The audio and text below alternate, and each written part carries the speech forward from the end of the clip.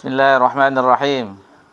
Assalamualaikum warahmatullahi wabarakatuh.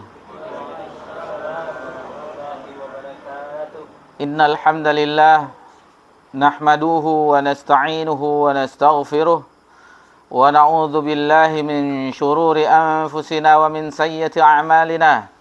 May yahdihillahu fala mudilla lahu wa may yudlil fala hadiyalah.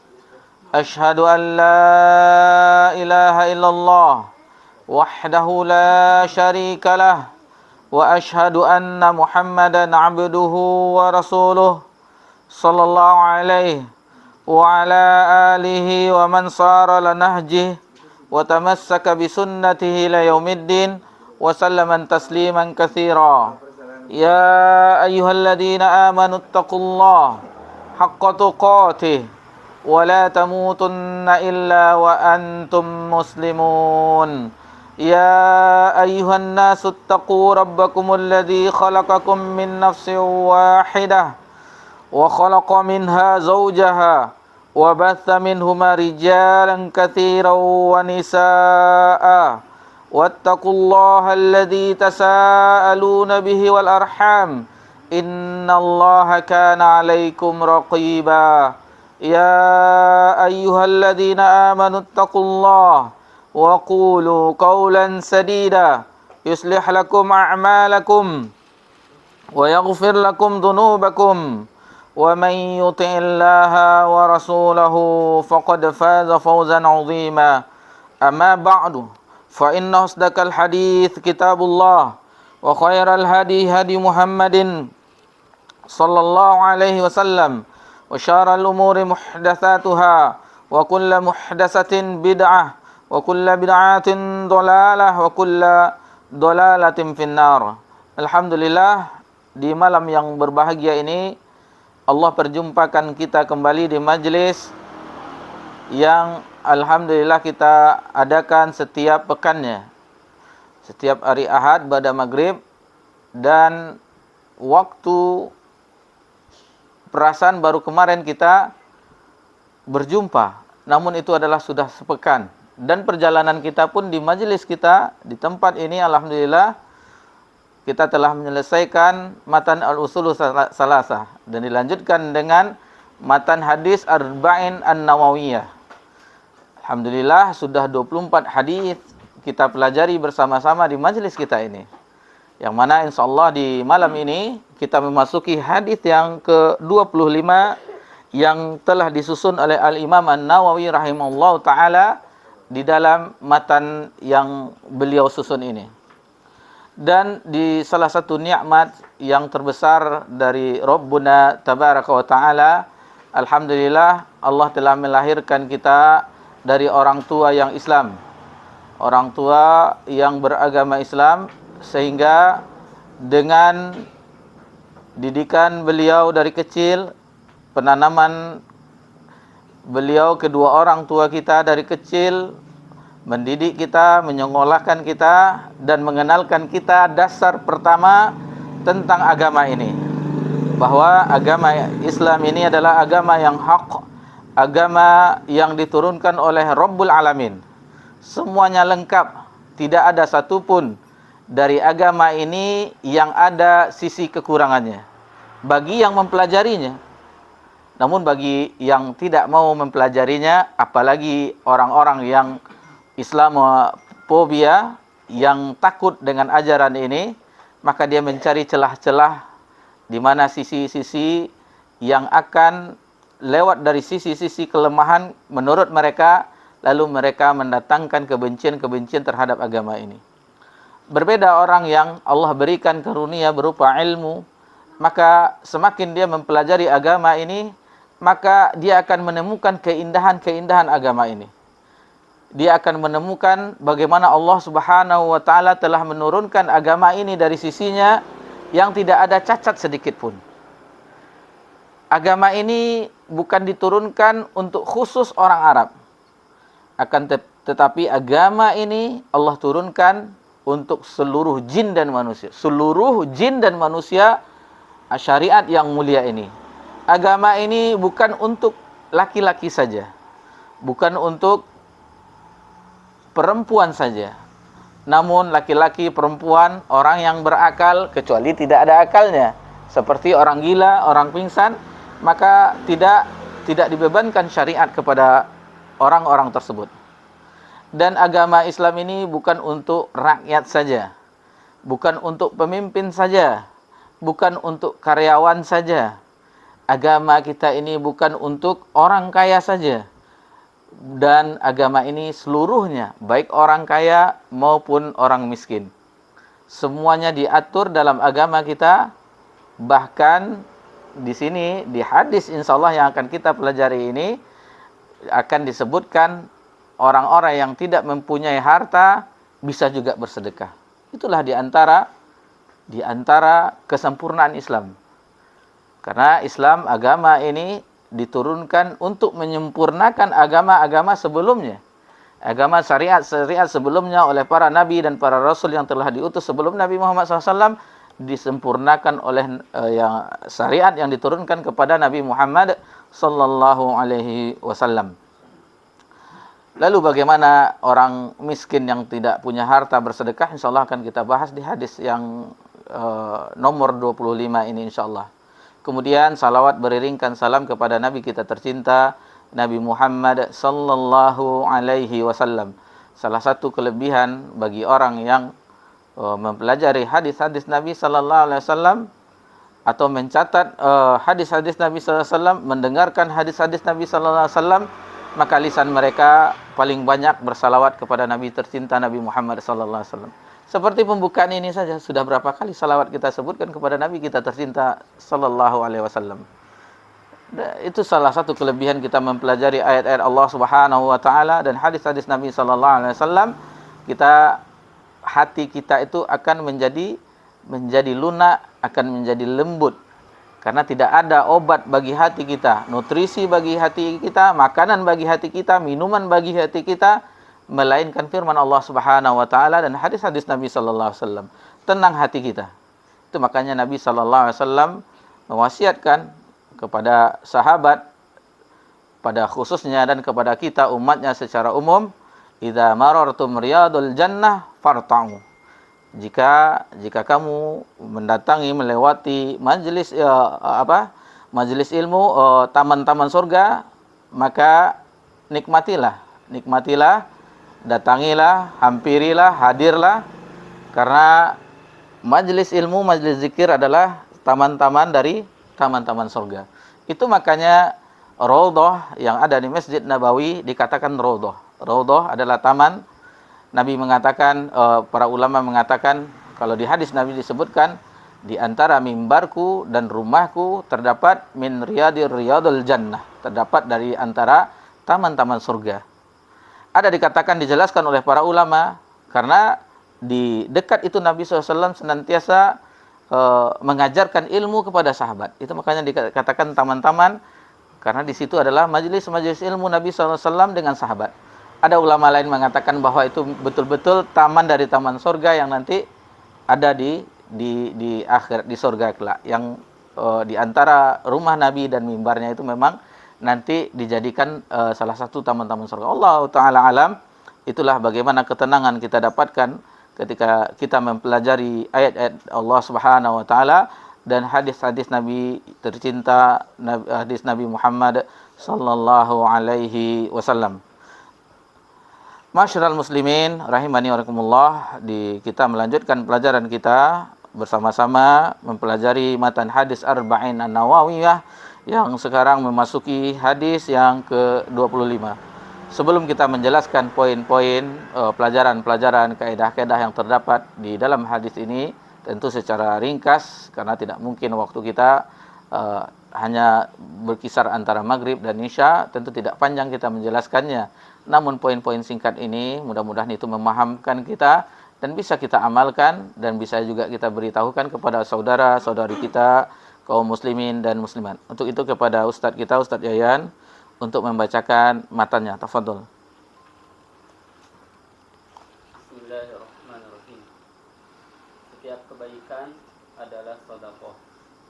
An Abi Dzar radhiyallahu anhu aidan anna nasan min ashabi Rasulillah sallallahu alaihi wasallam qalu lin nabiy sallallahu alaihi wasallam, ya Rasulullah, dhahaba ahlud dusuri bil ujuri yusalluna kama nusalli wa yasumuna kama nasumu wa yatasaddaquna bi fuduri amwalihim. Qala awalaysa qad ja'alallahu lakum ma tasaddaqun, inna bikulli tasbihatin sadaqah wa kulli takbiratin sadaqah wa kulli tahmidatin sadaqah wa kulli tahlilatin sadaqah wa amrun bil ma'rufi sadaqah wa nahyun an munkarin sadaqah wa fi bud'i ahadikum sadaqah.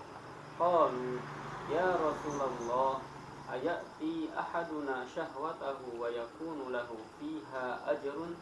Qala araitum law wada'aha fi haramin akana alaihi fiha wizrun, fakadzalika idza wada'aha fil halali kana lahu ajran. Rawahu Muslim. Dari Abu Dzar radhiyallahu anhu bahwa beberapa orang dari sahabat Rasulullah sallallahu alaihi wasallam berkata kepada Nabi Muhammad sallallahu alaihi wasallam, wahai Rasulullah, orang-orang yang berharta telah mendapatkan pahala yang banyak. Mereka salat seperti kami salat, mereka berpuasa seperti kami berpuasa. Selain itu, mereka pun dapat bersedekah dengan kelebihan harta mereka. Nabi sallallahu alaihi wasallam bersabda, bukankah Allah telah menjadikan sesuatu untuk kalian yang dapat kalian sedekahkan? Sesungguhnya pada setiap tasbih ucapan subhanallah itu adalah sedekah. Setiap takbir ucapan Allahu akbar adalah sedekah. Setiap tahmid ucapan alhamdulillah itu adalah sedekah. Setiap tahlil ucapan la ilaha illallah itu adalah sedekah. Menyuruh kepada kebaikan ma'ruf adalah sedekah. Mencegah dari yang mungkar adalah sedekah. Dan bercampurnya jima seorang dari kalian dengan istrinya adalah sedekah.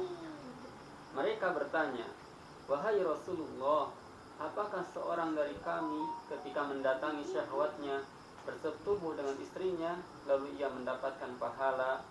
Nabi sallallahu alaihi wasallam menjawab, bagaimana pendapat kalian? Jika ia menempatkan syahwatnya pada tempat yang haram, bukankah ia mendapatkan dosa? Maka demikianlah, apabila ia menempatkan syahwatnya pada tempat yang halal, maka ia mendapatkan pahala karenanya. Hadis riwayat Muslim. Baik. Jazakumullah khairan wa barakallahu fikum. Itulah hadis yang ke-25 yang terdapat dalam matan hadis Arba'in An-Nawawiyah yang baru saja sama-sama kita dengarkan matannya, begitu juga dengan terjemahannya. Sebelum kita melanjutkan memetik pelajaran dari hadis ini, bahwasanya hadis ini diriwayatkan oleh sahabat yang mulia Abu Dzar radhiyallahu anhu, sebagaimana hadis sebelumnya, hadis yang ke-25 juga diriwayatkan oleh hadis 24 juga diriwayatkan oleh Abu Dzar. Begitu juga di hadis yang ke-18 itu juga diriwayatkan oleh Abu Dzar radhiyallahu anhu. Jadi untuk beliau alhamdulillah kita telah mengenalnya, telah kita singgung biografi beliau secara ringkas, sahabat yang mulia ini. Yang kesimpulannya bahwasanya beliau menyelisihi sebagian sahabat yang lain. Ketika Nabi SAW telah tiada, beliau radhiyallahu anhu menyelisihi pendapat tentang sahabat yang lain yang ketika itu sebagian mereka hidup berlebihan harta. Sementara Abu Dzar beranggapan bahwasanya harta itu tidak boleh disimpan. Harta itu tidak boleh disimpan karena beliau radhiyallahu anhu pernah bersama Nabi SAW berjalan berdampingan dengan Nabi SAW, lalu Nabi bersabda yang maknanya bahwasanya seandainya aku memiliki emas sebesar gunung Uhud ini, Nabi SAW mengatakan ke Abu Dzar ada di sampingnya. Lalu Nabi mengatakan bahwasanya ini tidak akan tidak akan ada sampai 3 hari. Karena Nabi SAW akan memberikan ke kanan, ke depan, ke kirinya. Akan disedekahkan oleh Nabi SAW. Akan diimpakkan oleh Nabi SAW emas sebesar gunung Uhud. Tidak tersisa dalam jangka 3 hari. Dalam masa 3 hari tidak tersisa kecuali hutang yang jatuh tempo. Itu Nabi SAW simpan untuk membayar hutang yang akan jatuh tempo. Selebihnya, maka Nabi SAW menginfakkannya. Dan itu yang dipahami oleh Abu Dzar. Itu yang dipahami oleh Abu Dzar bahwasanya dia memahami, ini pemahaman Abu Dzar. Abu Dzar bukan pemahaman mayoritas para sahabat. Sahabat yang memiliki kelebihan harta bukan.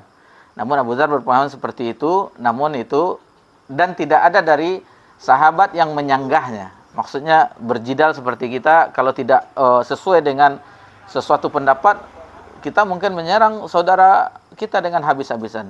Tetapi sahabat ketika itu tidak mendiamkan Abu Dzar, karena Abu Dzar memahami seperti itu. Dan di antara teringat oleh kita bahwasanya terdapat masih mengenai tentang Abu Dzar, pendapat Abu Dzar Al-Ghifari radhiyallahu anhu, nama beliau Jundub bin Junadah, bahwasanya ketika itu beliau pernah berucap, ini juga pemahaman Abu Dzar Al-Ghifari radhiyallahu anhu, dia pernah berucap bahwasanya dia lebih memilih dalam keadaan sakit, dalam keadaan miskin, pokoknya dalam keadaan serba kesulitan. Karena ketika itu kata Abu Dzar, ini pendapat Abu Dzar, bukan dari Nabi sallallahu alaihi wasallam. Jadi ini pendapat sahabat, salah satu orang sahabat, bahwasanya ketika dalam keadaan demikian, kata Abu Dzar, bahwasanya dalam keadaan seperti itu aku teringat akan Allah Subhanahu wa taala. Dalam keadaan sakit, dalam keadaan miskin, maka aku akan teringat kepada Allah Subhanahu wa taala. Ketika itu pendapat Abu Dzar radhiyallahu anhu diketahui oleh cucu Nabi sallallahu alaihi wasallam, Hasan bin Ali bin Abi Thalib radhiyallahu anhuma, kesayangan Nabi sallallahu alaihi wasallam, raihanah Nabi sallallahu alaihi wasallam, buah hati Nabi sallallahu alaihi wasallam mendengar itu. Namun tetap didoakan oleh Hasan bin Ali radhiyallahu anhuma, bahwasanya dia doakan Abu Dzar, yarhamullah ila Abu Dzar. Semoga Allah merahmati Abu Dzar. Walakinni, akan tetapi aku, kata Hasan bin Ali radhiyallahu anhuma, aku lebih seandainya Allah memilihkan apapun terhadapku, itulah yang aku sukai. Itulah, karena Allah yang telah memilihkan kepadaku apapun keadaanku, itulah yang aku senangi, dan aku tidak memilih yang lain. Apa kejadian, apapun yang terjadi, apapun keadaan yang dirasakan oleh Hasan bin Ali bin Abi Thalib radhiyallahu anhuma, maka dia tidak memilih pilihan yang lain. Karena itu Allah yang telah memilihnya dalam keadaan seperti itu, dalam masa-masa seperti itu. Dan pilihan Allah itulah yang terbaik. Masya Allah. Bagaimana para sahabat pun juga berbeda pandangan terhadap suatu masalah. Itu tidak masalah.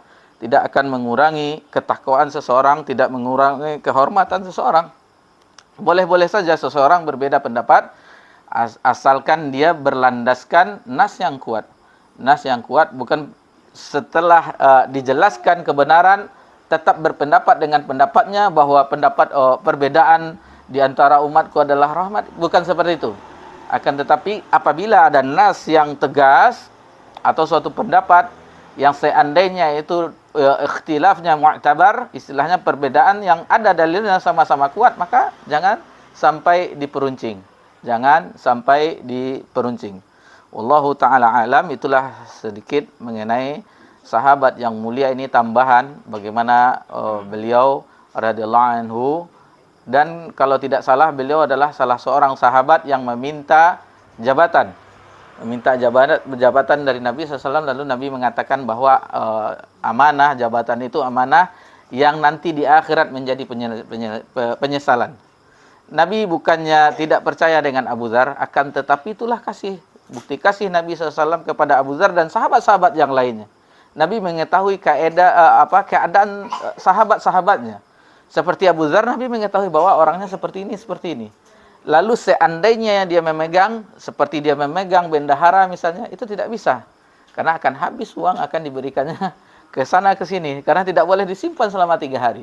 Jadi itulah diantara bagaimana bukan Nabi SAW tidak percaya kepada sahabatnya, akan tetapi itulah bukti kasih sayang Nabi kepada sahabat yang tidak memberikan amanah, yang nanti di akhirat menjadi penyesalan bagi orang yang tidak sanggup memikulnya. Masyiral muslimin rahimani wa rahimakumullah. Lalu hadis ini diriwayatkan oleh Imam Muslim, Abul Husain Muslim bin Hajjaj An-Naisaburi di dalam Kitabuz Zakah.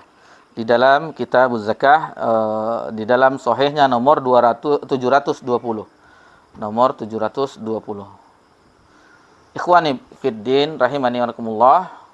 Lalu disebutkan di dalam hadis ini, anna nasan min ashabi Rasulillah sallallahu alaihi wasallam, sesungguhnya sebagian dari sahabat Nabi sahabat Rasulullah sallallahu alaihi wasallam, qalu lin Nabi sallallahu alaihi wasallam, berkata kepada Nabi, otomatis bertanya kepada Nabi sallallahu alaihi wasallam, minta nasihat. Dan ini salah satu bagaimana indahnya kehidupan mereka di zaman itu, apabila mereka tidak mengetahui permasalahan baik untuk kebaikan dunia dan akhirat mereka datang kepada Nabi sallallahu alaihi wasallam. Adapun kita di zaman kita, maka datangilah orang-orang yang ahli, maksudnya orang-orang berilmu, untuk bertanya kepada mereka ahli ilmu bagaimana solusi tentang permasalahan kita, solusi-solusi nasihat dari beliau. Orang-orang yang Allah berikan kelebihan ilmu, maka itu akan menenteramkan kita, sebagaimana sahabat radhiyallahu anhum ajma'in mendatangi Nabi SAW terhadap sesuatu yang mengganjal di dalam jiwa mereka, yang seolah-olah mereka ada sesuatu yang tidak nyaman bagi mereka. Lalu mereka menanyakan kepada Nabi sallallahu alaihi wasallam, "Ya Rasulullah, wahai Rasulullah sallallahu alaihi wasallam, zahaba ahlud duthur bil ujur." Telah pergi orang-orang kaya dengan pahala. Orang-orang kaya telah berangkat, telah memborong pahala banyak. Ini salah satu pelajaran dari kalimat ini, bahwasanya bagaimana sahabat Nabi sallallahu alaihi wasallam gigih akan kebaikan. Mereka adalah orang yang berlomba-lomba di dalam kebaikan. Berbeda dengan di zaman kita yang hidup di sekarang ini.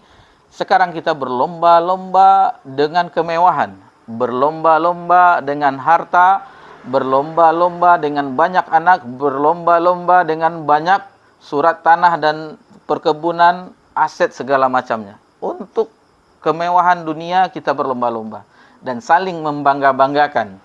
Setiap satu kali setahun bertukar kendaraannya. Padahal masih bagus ditukar dengan kendaraan, atau dikoleksi yang tidak ada bermanfaat, seperti mengoleksi sepeda yang untuk gawes, dia memakai cuma sendiri, anggota keluarganya misalnya cuma berempat atau berenam di rumah, kan tetapi sepedanya ada 25. Ini ada kejadian mengoleksi sepeda yang ini hartanya, sehingga hartanya itu dihambur-hamburkan. Ini termasuk penghamburan harta yang tidak bermanfaat. Ini karena ilmu yang kurang dari mereka. Mengikuti hawa nafsu, kelebihan yang ada pada mereka gunakan untuk apa keinginan, apa yang terbesit dalam jiwanya, itu yang dilakukan. Waliyazubillah, mudah-mudahan kita tidak termasuk dalam golongan ini, karena ini berbahaya, karena harta akan diminta dari mana didapat dan kemana dibelanjakan. Mereka adalah orang-orang fastabiqul khairat, orang yang berlomba-lomba dalam kebaikan, orang-orang yang betul-betul wasari'u ila maghfiratum mir rabbikum wa jannatin arduhas samawati wal ardu iddat lil muttaqin, orang-orang yang bersegera menuju ampunan Allah dan bersegera meraih surga yang luasnya seluas langit dan bumi yang disediakan bagi orang-orang bertakwa. Begitu juga dalam surah Al-Hadid, wasabiqu ila maghfiratum mir rabbikum. Lebih kurang seperti itu dengan kata wasabiqu.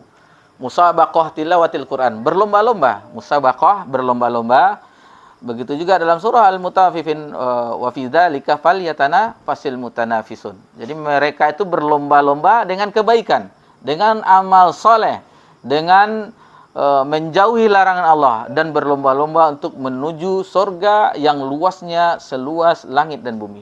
Dan itu mereka hadirkan dalam hati mereka. Mereka hadirkan dalam hati mereka, sebagaimana kita pernah singgung di majelis kita ini. Saking mereka mengetahui bahwa surga itu seluas langit dan bumi, Anas bin Nadar radhiyallahu anhu, Anas bin Nadar ketika terjadi perang Uhud, lalu dia bertanya kepada Nabi SAW, "Ya Rasulullah, surga yang luasnya seluas langit dan bumi?" "Bala, na'am," kata Nabi SAW. Lalu dia mengatakan bah, semacam kagum dengan keadaan surga itu. Dan itu merasuki dalam jiwanya surga itu. Berbeda dengan kita membaca ayat tentang surga biasa.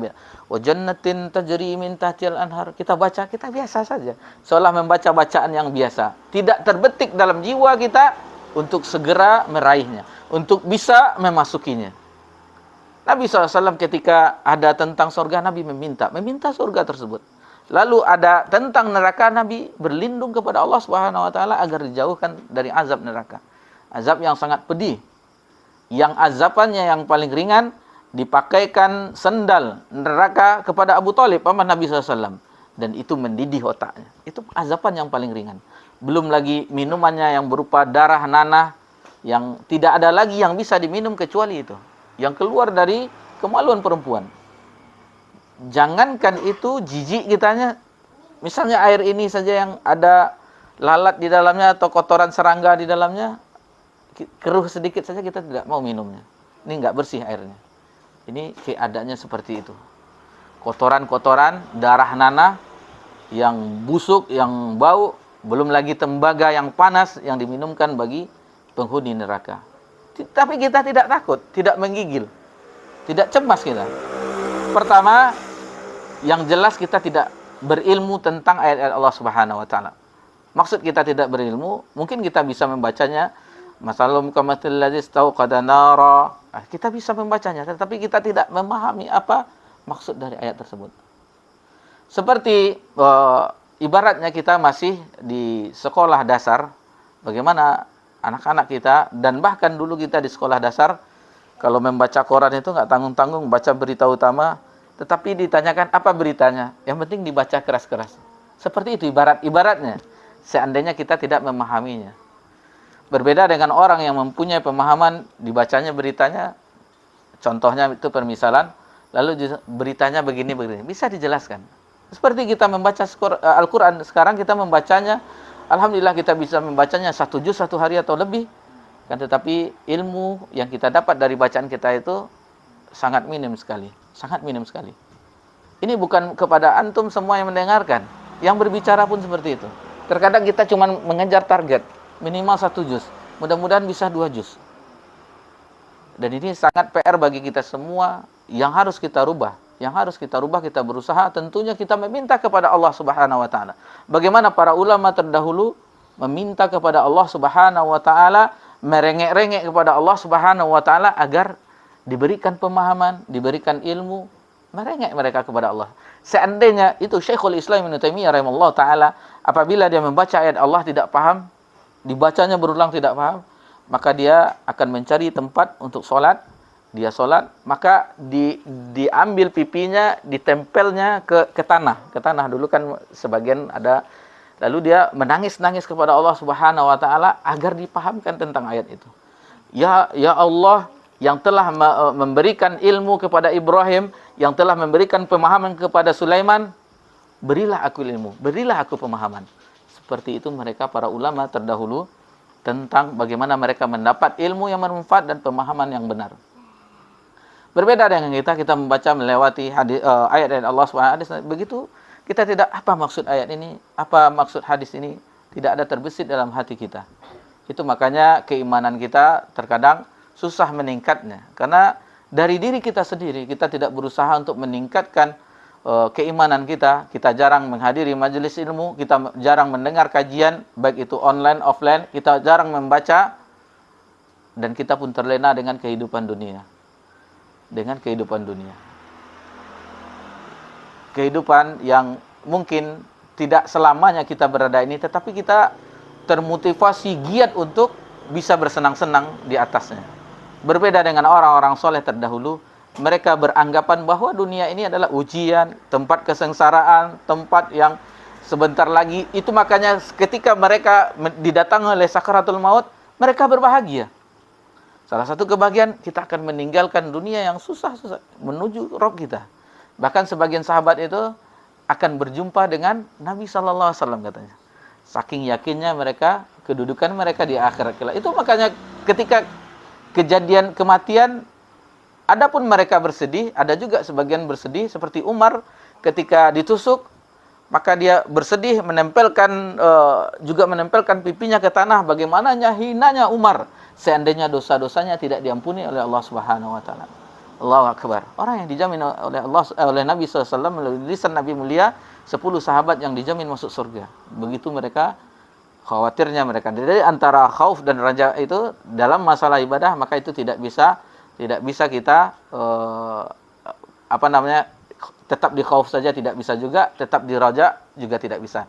Seandainya kita banyak dosa, maka sering-seringlah membaca tentang kasih sayang Allah, rahmat Allah, Allah Maha Pengampun. Dan apabila kita misalnya Allah berikan kita banyak melakukan amal-amal soleh, Allah mudahkan, maka sering-seringlah tentang mengingat azab-azab Allah Subhanahu wa taala, agar kita tidak ada rasa diri kita ujub, sombong dengan amalan kita. Masyarul muslimin rahimani wa rahimakumullah, itu tentang para sahabat Nabi sallallahu alaihi wasallam. Jadi mereka iri dengki mereka itu bukan dengan harta orang itu banyak, akan tetapi ketika sahabat yang lain mempunyai harta, mereka bisa bersedekah, mereka tidak. Ini solusi dari Nabi sallallahu alaihi wasallam, dan ini penawar bagi kita yang juga berposisi seperti ini. Juga misalnya kita cuma pas-pasan untuk biaya bulanan, harian mencukupi, tidak bisa berinfak, tidak bisa umroh, haji, segala macamnya. Ini adalah penawarnya. Resep nubuah dari Nabi kita tercinta sallallahu alaihi wasallam. Itu makanya di muqaddimah awal tadi kita sampaikan bahwa agama ini sempurna. Semuanya apabila dia mempelajarinya dalam posisi mana dia bisa mengamalkan agama tersebut. Lalu mereka berkata kepada Nabi SAW, yusalluna kama nusalli. Itu yang mereka kata. Paham mereka. Orang-orang kaya tersebut, mereka solat sebagaimana kami solat. Wa yasumuna kama nasum. Mereka berpuasa sebagaimana kami berpuasa. Wa yatasaddaquna bifuduli amwalihim. Di sini baru mereka tidak bisa. Dan mereka orang-orang kaya tersebut solat, puasa sama. Akan tetapi jika mereka bersedekah dengan keutamaan yang ada pada mereka, dengan harta mereka, kami tidak bisa. Itu yang membuat mereka sedih. Itu yang membuat mereka iri, maksudnya iri dalam tanda kutip ghibthah. Ghibthah yaitu iri dalam kebaikan. Seandainya kita juga dalam posisi orang kaya, maka kita juga melakukan apa yang dilakukan oleh orang-orang itu. Seperti sekarang ada orang misalnya membangun Masjid Al-Badar. Mudah-mudahan Allah menjaga bapak tersebut dengan harta-hartanya dan keluarganya. Lalu dalam hati kita muncul, seandainya saya juga seperti itu, saya juga melakukan seperti itu. Itu sudah kebaikan. Dan di sini ditekankan juga pelajaran dari hadis ini, bahwasanya hendaknya kita di dalam niat jiwa kita selalu hadir niat-niat yang baik. Niat-niat yang baik. Walaupun meskipun kita tidak sanggup melakukannya. Kita melihat jamaah pakai bis mau ke bandara, umroh, kita niatkan juga. Insya Allah saya punya uang, saya juga umroh, saya juga ini. Niatkan juga. Insya Allah saya juga membimbing lembaga pendidikan. Semuanya niat-niat kebaikan itu mendapatkan pahala. Mendapatkan pahala. Sebagaimana kalau kita mempelajari kitab Riyadhus Shalihin, sahabat-sahabat yang sebagaimana dijelaskan oleh Allah Subhanahu wa taala dalam surah At-Taubah, yang tidak mempunyai harta, kendaraan, lalu tidak diberi izin oleh Nabi SAW untuk berperang, untuk ikut perang bersama Nabi SAW, kembalinya dengan berjalan dengan bercucuran air mata.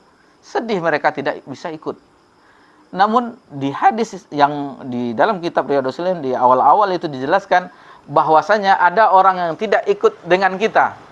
Mereka cuma duduk-duduk di Madinah, tidak ikut berjalan menuruni lembah, mendaki tempat tinggi perbukitan, tidak ikut berperang sama kita, akan tetapi pahala yang diperoleh mereka dengan kita sama.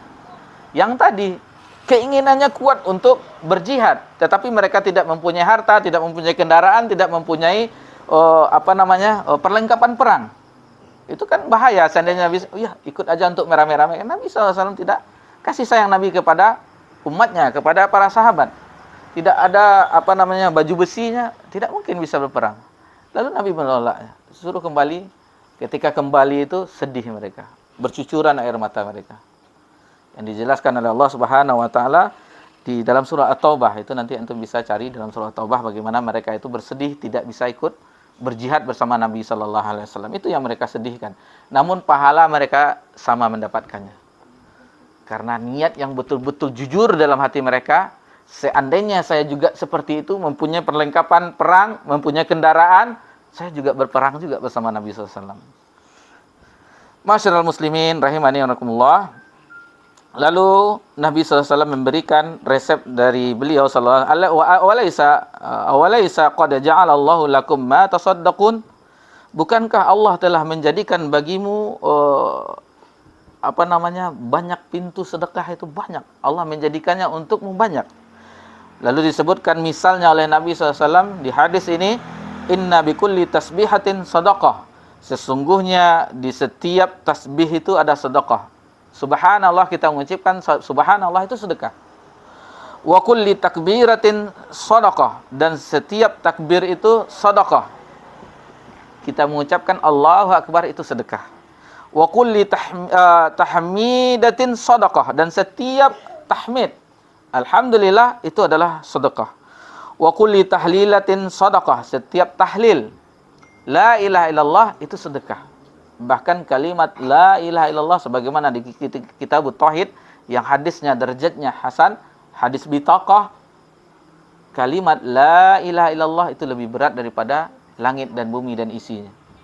Kalimat la ilaha illallah itu lebih berat daripada langit dan bumi beserta isinya. Lalu dilanjutkan wa amrun bil ma'rufi shadaqah, dan memerintahkan orang untuk berbuat baik itu sedekah, wa nahyi anil munkar wa nahyun anil munkar sedekah, dan melarang orang untuk berbuat kemungkaran itu sedekah, wa fi bun'i ahadikum sedekah, dan bagi yang mendatangi istrinya juga sedekah. Qalu, lalu sahabat pun heran juga. Itu kelebihan mereka, jika ada satu yang rancu ditanyakan langsung. Mereka bertanya, ya Rasulullah, wahai Rasulullah, ayati ahaduna syahwatahu wa yakunu lahu ajra? Apakah seseorang yang melampiaskan syahwatnya, mendatangi istrinya itu termasuk sedekah? Qal, lalu Nabi SAW bersabda, ara'aitum law wada'ha fi haramin akana alaihi wizr? Bukankah seandainya dia meletakkannya ke tempat yang haram itu dia mendapatkan dosa? Fakadzalika idza wada'aha fil halal kana lahu ajr. Begitu juga jika dia meletakkannya, dia mendatanginya secara halal, itu mendapatkan pahala. Di kalimat yang terakhir ini dijelaskan oleh para ulama seperti yang ada di kitab yang kita pegang ini, yaitu Qawaid wa Faid. Ini adalah termasuk dalil yang bolehnya qiyas. Qiyas. Jadi Nabi SAW mengisyaratkan qiyas di sini. Seandainya diletakkan dalam yang haram, melakukan yang haram, mendatangi yang bukan istrinya, sesuatu yang haram, bukankah dia mendapatkan dosa? Nah, jadi ada qiyas di situ. Dan sebagian orang tidak seperti mazhab az-zahiriyah, itu tidak menggunakan qiyas, tidak menggunakan ijma', tetapi bagi mereka adalah Al-Quran dan hadis. Itu makanya mereka dikatakan zahiriyah. Berbeda dengan seperti imam-imam seperti Imam Asy-Syafi'i rahimallahu taala, itu di dalam mengambil hukum, mereka orang-orang dari kalangan ulama Syafi'iyah itu Al-Quran, hadis Nabi SAW, qiyas dan ijma' para ulama. Itu ada ijma, ada qiyas. Seperti salah satu qiyas yang orang tidak, seandainya makanan pokok dengan gandum. Dulu kan dengan gandum atau dengan biji-biji makanan zaman dahulu, gandum, biji-biji kurma dan segala macamnya, dengan kurma. Bagaimana kok tidak begitu? Kan makanan pokok seperti itu dahulu. Ini zakat fitri, zakat fitrah. Mereka tidak mengkiaskan makanan pokok itu dengan yang ada di zaman kita, beras. Sampai berani-berani juga, seandainya ada dengan beras dari nas Nabi SAW, potong telinga saya. Jadi dia tidak memahami kias dari dalam mengambil hukum. Dan ini adalah salah satu bentuk bagaimana kasih sayang Allah Subhanahu wa taala terhadap umat ini, apapun kondisinya maka itu baik baginya. Dan di riwayat yang lain dijelaskan sama dengan makna yang berbeda. Abu Hurairah diriwayatkan oleh Imam Bukhari dan Imam Muslim. Akhirnya Nabi SAW di riwayat yang lain, Nabi mengajarkan di setiap selesai salat itu tasbih, tahmid dan takbir 33. Lalu akhirnya orang-orang kaya pun melakukan apa yang dilakukan oleh orang-orang miskin tadi. Lalu Nabi SAW membawakan firman Allah, "Zalika fadlullah yu'tihi man yasha." Itulah kelebihan yang Allah berikan kepada siapa saja yang Allah kehendaki. Teringat kita sedikit sebelum kita akhiri, ketika di zaman dahulu, ketika Syekh bin Baz jadi rektor di Universitas Islam Madinah, halakohnya Syekh Albani itu ramai dihadiri oleh tulab. Maka Syekh Albani kan Syekh bin Baz tidak bisa melihat, Allah takdirkan buta, maka dilaporkan oleh murid-muridnya bahwa halakoh Syekh Albani itu ramai ini, sementara halakoh engkau ya Syekh sedikit yang hadir, seperti itu. Lalu Syekh bin Baz menjawab dengan firman Allah Subhanahu, "Dzalika fadlullah yu'tihi may yasha." Bersihnya hati ulama, itulah keutamaan yang Allah berikan kepada siapa yang Allah kehendaki. Misalnya antum mengajarkan tahsin. Ini mengajarkan tahsin ilmu agama termasuk sedekah yang tidak berupa harta. Takbir, begitu juga yang lain-lainnya, zikir, istighfar, mengajarkan Al-Quran, mengajarkan agama, itu termasuk sedekah. Namun disebutkan oleh mu'alif di sini bahwasanya di dalam hadis-hadis yang dibawakan seperti Ibnu Rajab Ambali dalam Jami'ul Ulum Al-Hikam, kenapa di dalam hadis tidak disebutkan tentang puasa, haji, berjihad tidak termasuk sedekah? Tidak ada dalilnya. Sebenarnya itu lebih besar sedekahnya. Bahkan sedekah yang paling utama itu untuk keluarga. Dirham yang kita infakkan fisabilillah, dirham yang kita infakkan kepada keluarga kita, itu lebih baik daripada yang lainnya. Banyak sedekah itu. Banyak sekali sedekah sebagaimana di sini disebutkan oleh Nabi sallallahu alaihi wasallam, "Awalaysa qad ja'alallahu lakum ma tasaddaqun." Banyak. Bahkan suapan kita ke mulut istri kita itu sedekah. Sampai perihal mendatanginya itu sedekah. Itulah indahnya agama ini, kalau kita pelajari maka kita akan temukan keindahan-keindahannya. Bermuka manis, istilahnya tasabuka wajhika li akhika sadaqah. Kita senyum saja dengan wajah bersih sendiri terhadap saudara kita berjumpa, sedekah juga. Masya Allah. Menunjukkan orang di mana rumah Pak ini misalnya, di sana, itu sedekah itu. Duri-duri gangguan botol kaca di jalan kita, itu sedekah. Banyak sekali sedekah yang dijelaskan oleh, nanti antum bisa hadirin semua bisa melihat di Jami'ul Hikam bagaimana tentang banyaknya sedekah, baik itu berupa harta dan tidak berupa harta, baik itu bermanfaat bagi orang lain maupun tidak bermanfaat bagi orang lain, seperti mengajarkan ilmu agama, mengajarkan Al-Quran, dan untuk dirinya sendiri seperti dia berzikir sendiri, dan itu akan menenteramkan ala bizikrillah tatma'innul qulub. Dan yang penting kita, apapun keadaan kita beriman. Dan ini cuplikan hadis yang kita riwayatkan secara makna bahwasanya apapun kondisi seseorang itu akan baik apabila dia dalam keadaan beriman. Ajabalil mu'min. Sungguh aneh perihal orang mukmin ini, kata Nabi SAW. Apapun kondisinya, dia tetap dalam keadaan baik. Apabila dia dapatkan kelapangan, dia bersyukur. Dan apabila dapat kesempitan, dia bersabar. Itu baik baginya.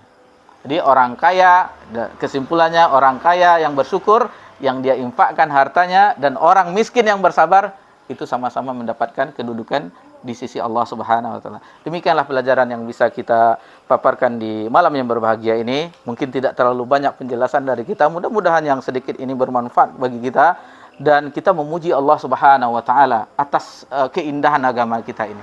Walaupun kita tidak bisa bersedekah, tidak bisa haji, bisa umroh, kita niatkan, Allah akan memberikan pahala atas kita niatkan tersebut. Subhanakallahumma bihamdika asyhadu an la ilaha illa anta astaghfiruka wa atubu ilaik. Wassalamu ala nabi Muhammad sallallahu alaihi wasallam wa ala alihi washabihi jami'in walhamdulillahi rabbil alamin. Wassalamu alaikum warahmatullahi wabarakatuh.